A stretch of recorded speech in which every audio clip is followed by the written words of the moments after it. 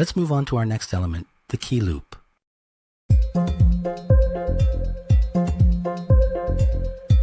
The volume is a bit too prominent.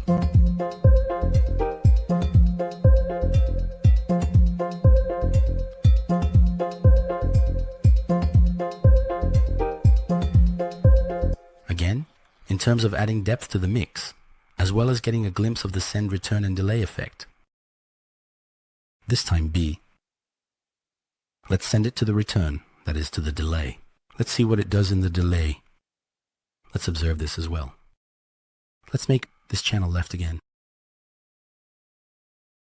Again, it's at minimum, meaning it's currently off. It's also going to the delay at maximum. Repeat in the delay.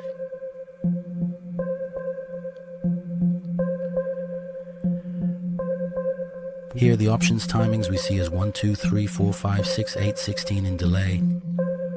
It's closer when we bring it to 1. A repetition. When we bring it to 16, it is at maximum. Sounds that repeat over a longer duration. Here, 4 is an ideal number for us.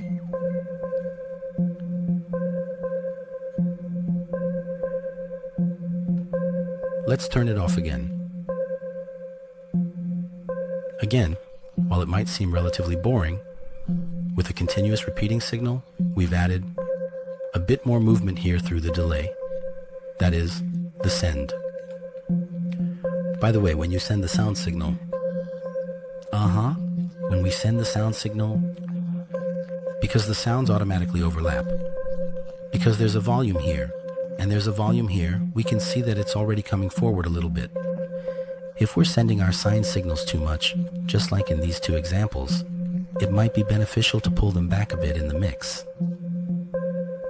Let's listen to them all together at about 1 dB. Great. We've managed to bring it forward again without doing anything. Let's use an EQ3 here, following the same principle as with the piano. And let's make sure that the bass frequency doesn't interfere with our key loop at all. We can directly lower this to a minimum like this. Great. Let's set the gain we increased by 1 dB on the piano to 0. Bump one side forward, but let's boost the highs to about 1, for example. It came out just like that, 1.5 to 2. Super.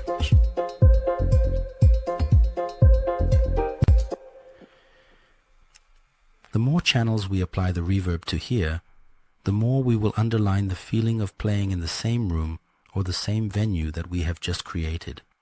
We can do the same thing for this key loop. So, we had already sent it to the delay, and by sending it to the reverb a bit less than the piano, we can still try to achieve a sense of unity. Super.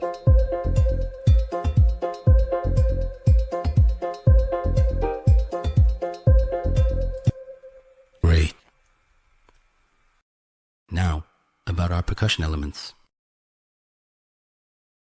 We had a shaker and a tambourine loop. What I actually want to show you here is pan. The buttons you see here are called pan, which is a very useful tool in mixing that allows us to position the audio signal in relation to our headphones and speakers, whether it's coming from the center, the left, or the right. Let's just listen to the shake room loop again. The loop, by its very nature, is leaning to the left and right if you're listening through headphones right now. So we already have a loop that is panned within itself. If we want to look at what pan does, when we pull it to the left, all the sound goes to the left. When we pull it to the right, all the sound will go to the right. What I want to do here is, as you've seen so far, these have been sitting in the center. In this case, all the sounds are in the center. Apart from the content of the loops we are using, currently we have shaker and tambourine loops in our track, in the part where all the elements are, as you know. They are moving on top of each other. So without doing anything else, we can actually add more of these two to the mix. We'll open up a comfortable space, and it will create a movement that won't clash with the kick and bass, which should also be positioned in the center. For example, We can already see our shaker loop here in the lower left, right where the track panning is. 15 left, 10 left. This area goes up to 50, like 20 left. For example, let's set it to 15 slightly like this. Let's move the tambourine loop 15, right? They avoid the center. Let's move it 15 to the right. So they shouldn't occupy any space in the center at all. 15, yes. Let's listen to both together.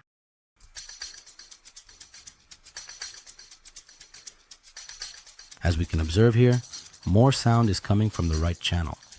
We can already hear the drum hit more in the right earphone. Let's go ahead and do a gain staging process here. Let's pull the drum hit back a little. Let's make sure we can hear both the shaker and the drum hit clearly. In the same way, we selected the shaker channel and the tambourine channel. By holding down Shift, let's send both of them at once. Let's send a reverb here. In the same way, to create a sense of space, like around -12, for example. Maybe even a little more.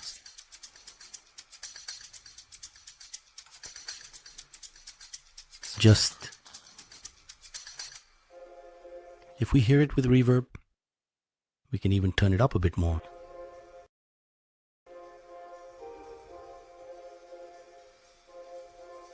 Yes, it's starting to come through only in the high frequencies. Great. Let's all listen together.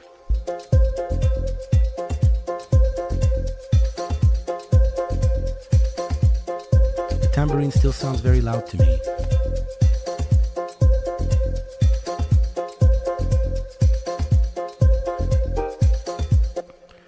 One of the most important points I need to very much highlight here when it comes to mixing. As I mentioned at the very beginning, when there are dozens or even hundreds of different ideas, if you ask for my personal opinion, there isn't really a right or wrong. It's not about that at all. You can act completely creatively, and it will be all about trial and error. It's not a matter of that. You can act completely creatively, and it will be all about trial and error. Yes, we're talking about tools like compressors and EQs that we use as a foundation, but which one will come in what order? Or, for example, the tambourine here sounded too loud to me, so I brought it down.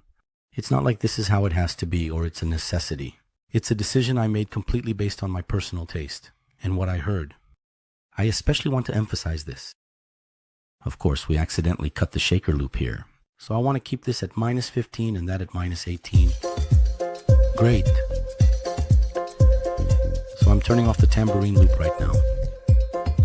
They became one again. Excuse me. I turned off the tambourine loop. Great.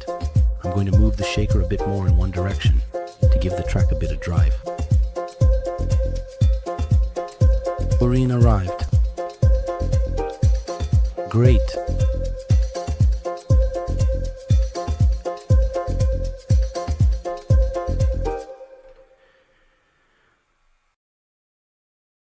When mixing or during the track production, there's a percentage here in the upper right corner that keeps increasing and decreasing. This is our CPU meter, so that we can see how much or how little our RAM, our computer, and our power supply are using. A parameter. After a while, as you start to put too many plugins on top of each other, do too many processes and too many channels, you will see that this CPU usage will increase, and after a while, the project will start to run faster. You'll notice that it has become almost unworkable. For example, we saw that we applied separate EQs on each channel, so we chose different compressors for different processes. Another thing I want to show is something called group option. Let's select these two channels again. When we press Command G or Ctrl G, a group has been created here. Let's give this a name, for example. Let's say percussion. Let these be your percussion. From this moment on, all the processes I'll do here, meaning all the actions I'll take on this group, will be directly applied to the volume of these two channels and sent to the effects and returns. Therefore, instead of dealing with separate plugins and operations for these two channels, I gathered them in one place and actually created a subgroup. This grouping is one of the things we often use when mixing, and as you can see when I close this, these two channels are now included in the percussion. Similarly, the key and piano loops that we placed, meaning the process of cutting the bass frequencies, can be done directly with a single plugin. Likewise again, we place the key and piano loops, meaning the process of cutting the bass frequencies will be applied directly with a single plugin. We will be applying it to both the shaker and tambourine channels. I copied this thing here and pasted it here because I don't want the bass. Look, when I pan to the left, we can hear both channels at once. And just like that, we end up with one more sound added. Let's say we sent these two to reverb, but let's assume that this reverb wasn't enough for us. More reverb. We're including it in the situation. On the other hand, these two sound levels are high. Instead of cutting and adjusting them separately, we can use a single volume control. And as I mentioned before, any plugin we add directly affects these two channels. It will provide us with a practical situation where we can work on it. The concept of grouping is something that makes our lives easier when we're mixing.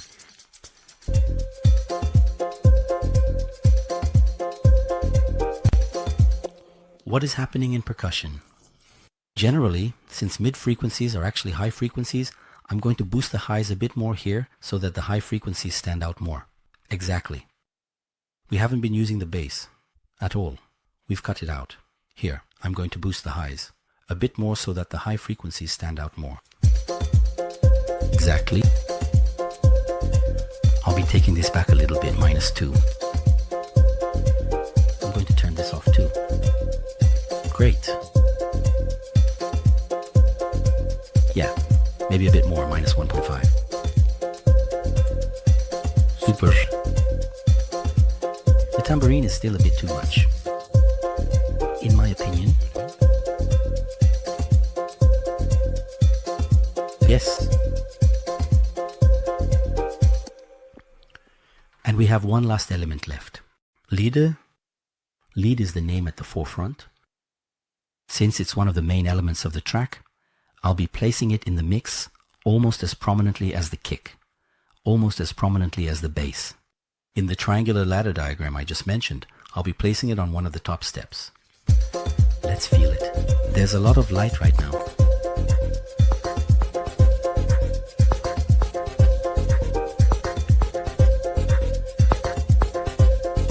I'm going to bring it down to approximately around -6 degrees Celsius. Also great. Overall, we saw that our mix is coming back down to -3.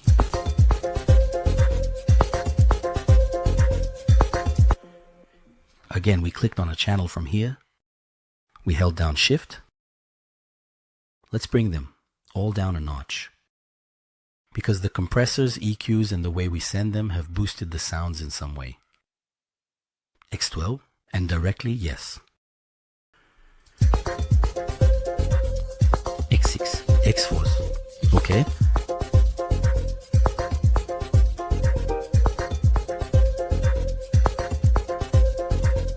Awesome. It sounds amazing to me right now. Of course, let's not forget to save our project frequently. Let's roughly wrap up our mix like this. Now I want to move on to the part about embellishing the track a bit more. I want to show this as well. And then, with the final process of mastering, we will have reached the end of our lesson. Since the piece we've created consists entirely of loops, and these loops are continuously repeating one after another. Repetitive, meaning constantly the same. That progresses in a boring structure due to the repetition in the loop. It's progressing. One of the concepts we used within the piece, both in the mix and in the arrangement overall, to add some movement here, is automation. One of my favorite features of Ableton is that everything works with drag and drop through our shortcuts here. So, in addition to not having to open an extra window, it's also extremely practical in terms of automation and applying automation. It has an interface. Let's move on to the arrangement part of our track again. For example, for the kick loop. Another audio effect that we use very frequently is the auto filter. Let's drag the auto filter onto the kick channel or here continuously. The auto filter actually works on the same principle as the EQ in DJ mixes. It works. In other words, it's actually a version of it. In other words, if we listen to it by just soloing on the kick, I can show it like this. You can see it created a layer.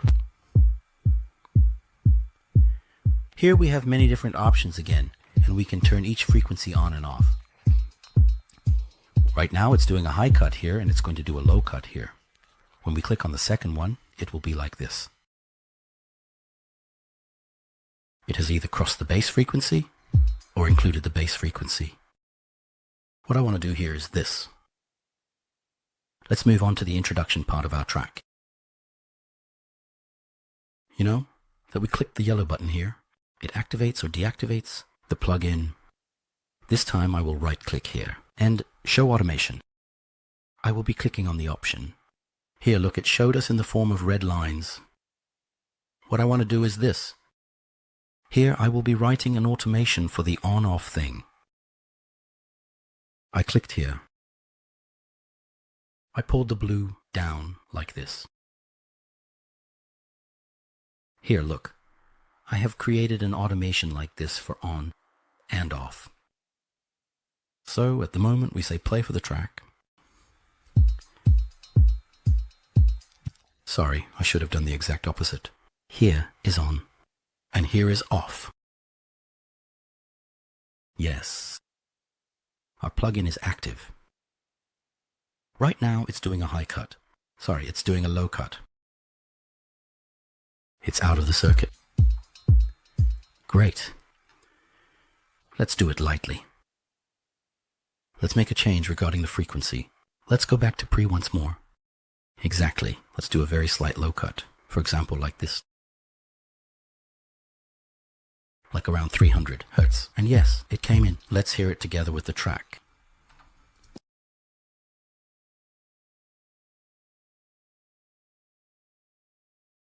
Together, entrance intonation. Exactly.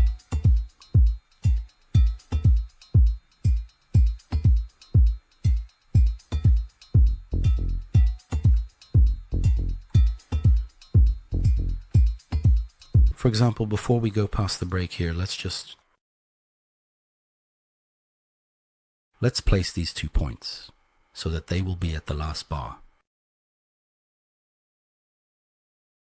Yes. Before we go past the break, cut, break, super.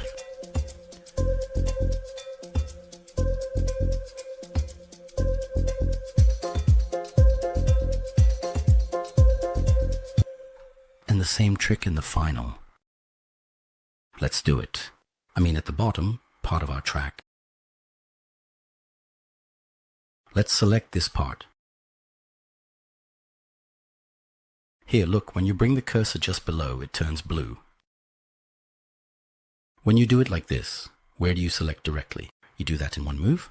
Otherwise, you'll have to deal with it one by one. Let's dive in from here. The outro of our track. And again, in a layered way. Great.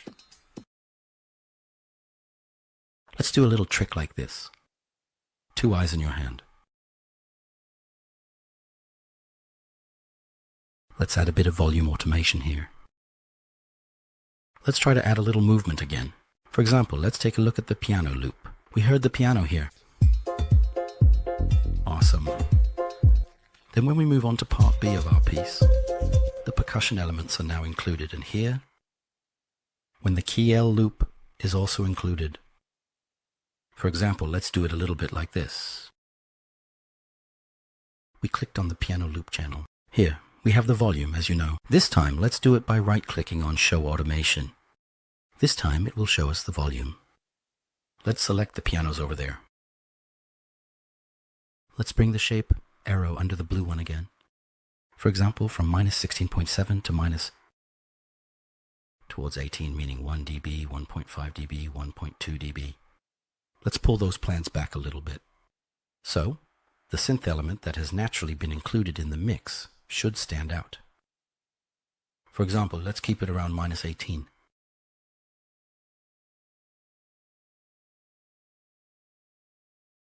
Like this. I'm going to pull it back a little more, even 19. Awesome. So here, when the piano was more prominent in the front,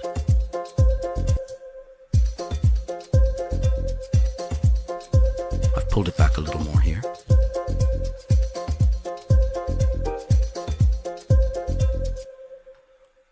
I just pulled off a little trick. In the transition parts of our tracks, as I mentioned earlier, we have our sends located under the volume here. So here on our mixer, we have the corresponding A and B.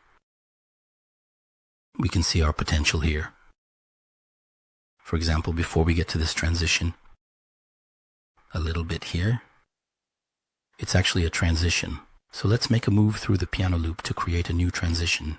This time it's send A, which is the reverb we're sending. Let's click on the E volume. Let's do show automation again. Let's place a point for our reverb, which is already sitting at X8. Right here. Up to here. So it's something where the reverb gradually opens up and the dramatic effect increases a bit.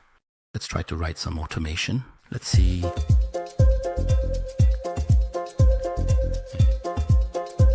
The reverb that gradually opens up has created a transition.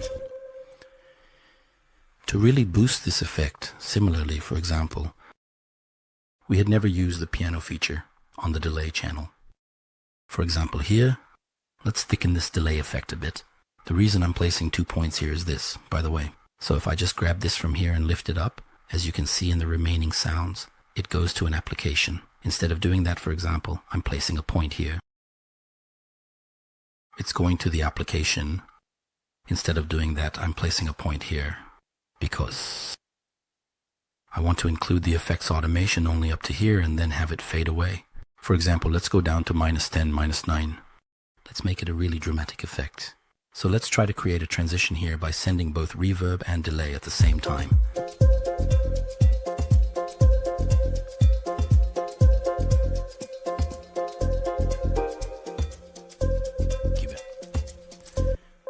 Maybe even if we take this here, this effect somehow, we can make it continue up to here.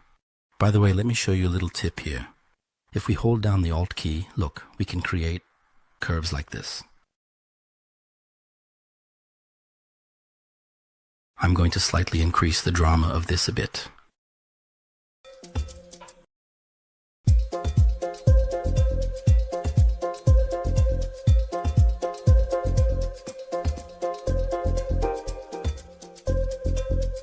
Great. By the way, when we right-click and click on the automation parameter, when the show automation option comes up, another option is show automation in new lane.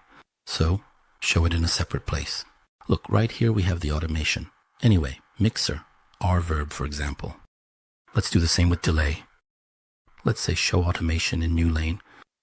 As you can see here, we have the reverb we sent to the mixer on separate channels. So it allows us to do this without interfering with the main sound in the loop. This will make things easier for us. For example, let's select from here.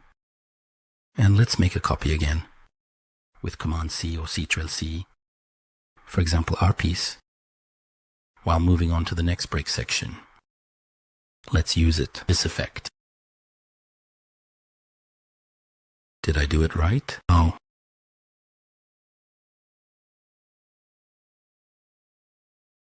Is it going to be like this? No. Yes, this is it. Great.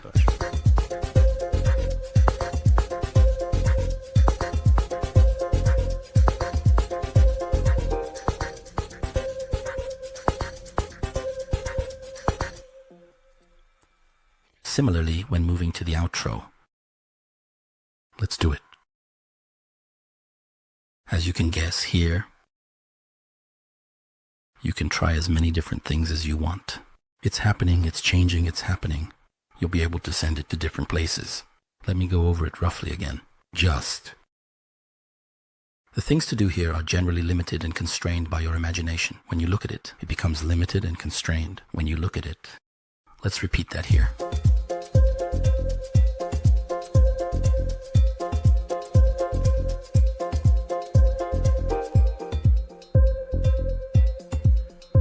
While arranging our mix, something caught my attention right from the start.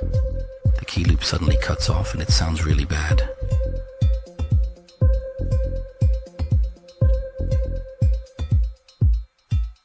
Oh, great. For example, similarly, let's say show automation in new lane for the key loop. So let's have it show us the reverb parameter and also the delay parameter here. Here, for example, let's say yes, not reverb, but through delay.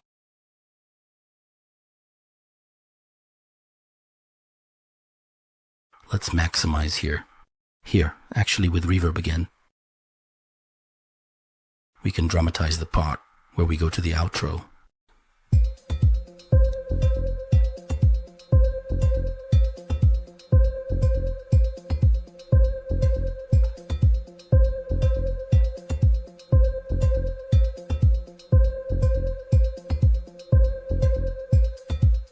Nice.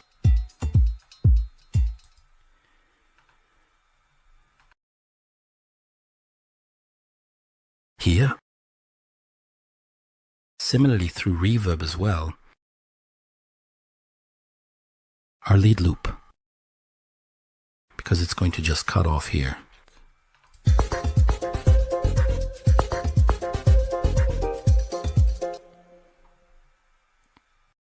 Again, this way. A lot of dramatic effect.